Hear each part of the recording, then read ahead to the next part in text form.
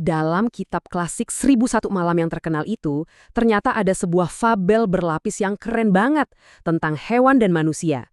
Dan ini bukan sekedar dongeng pengantar tidur loh. Ini adalah sebuah peringatan abadi yang pesannya masih relevan banget sampai sekarang. Yuk kita bedah maknanya bareng-bareng. Aku benar-benar dicekam ketakutan terhadap makhluk Allah yang bernama manusia. Coba bayangin, kalimat ini diucapkan oleh seekor itik.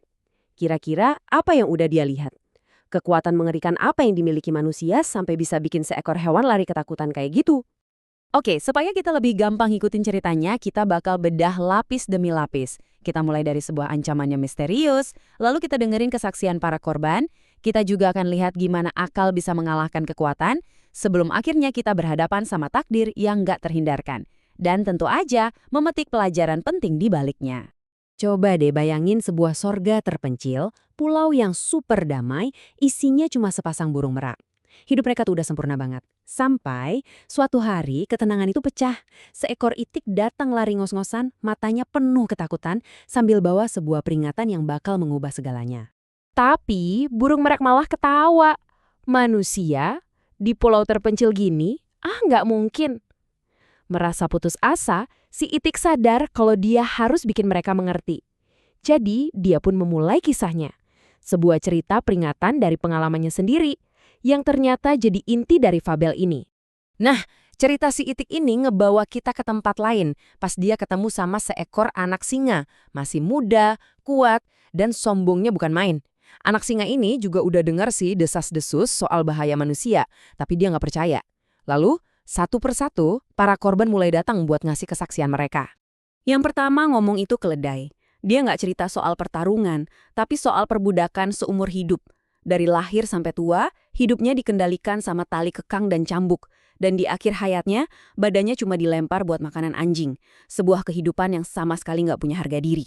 Lalu kuda maju. Kakinya yang dulu lincah itu sekarang dipaku pakai ladam besi. Dan pas kecepatannya udah nggak seberapa, dia bukannya dikasih istirahat, malah dia dipaksa jalan muter-muter tanpa henti di penggilingan. Pelari terhebat diubah jadi mesin hidup. Terus datanglah unta. Yang paling mengerikan dari ceritanya adalah gimana kekuatannya yang luar biasa itu bisa lumpuh total, cuma gara-gara seutas tali yang ditusuk ke hidungnya. Alat sekecil itu bikin anak kecil pun bisa ngendalin dia. Sebelum akhirnya dia disembelih pas udah tua nanti. Kalau kita lihat dari semua kesaksian ini, kelihatan kan sebuah pola yang mengerikan? Manusia itu menang bukan karena otot, mereka menang karena otak.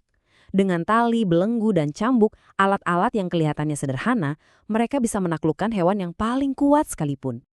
Tapi anehnya, semua cerita mengerikan ini sama sekali nggak bikin si anak singa takut.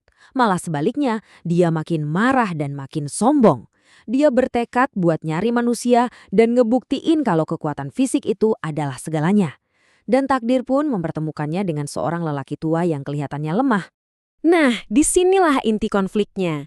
Di satu sisi ada anak singa, simbol dari kekuatan fisik, kesombongan, dan kenaifan. Di sisi lain ada si tukang kayu, simbol dari kecerdasan, kesabaran, dan tipu daya. Ini adalah pertarungan abadi antara otot melawan otak. Anak singa itu bahkan sempat nyombong ke kuda. Kalau aja badan gue segede badan lo, udah pasti gue cari manusia buat gue bunuh. Sekali tendang aja, tuh makhluk jahat pasti mati. Dia benar-benar buta sama kekuatannya sendiri, sampai nggak bisa lihat ancaman yang sebenarnya. Alih-alih ngelawan, si tukang kayu malah pakai strategi yang licik banget. Pertama, dia puji-puji si singa, mancing kesombongannya.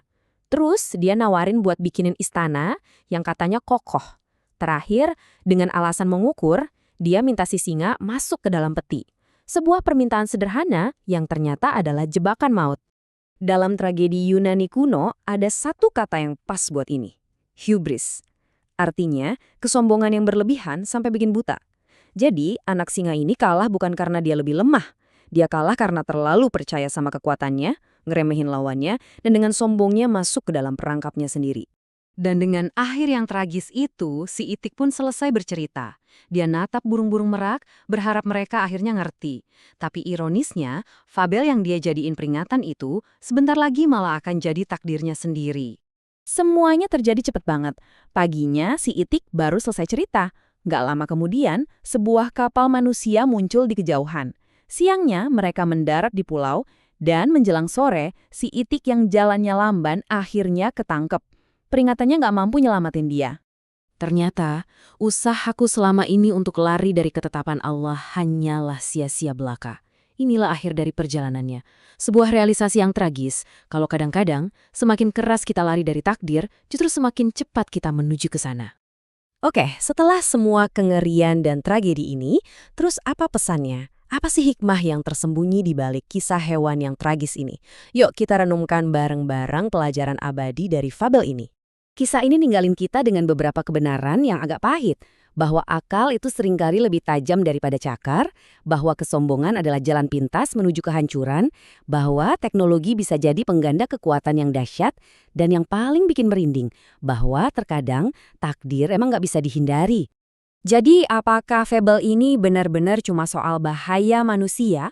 Atau kalau kita lihat lagi kejatuhan si anak singa, jangan-jangan pelajaran sejatinya justru ditujukan buat kita?